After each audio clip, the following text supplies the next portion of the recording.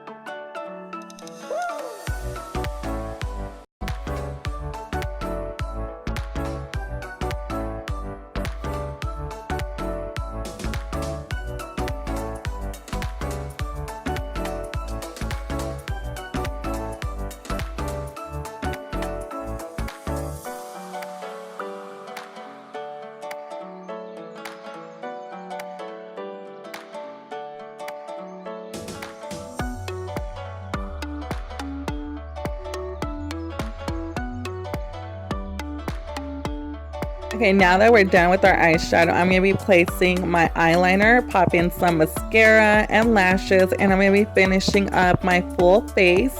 And I will be placing all the products I use on the description box.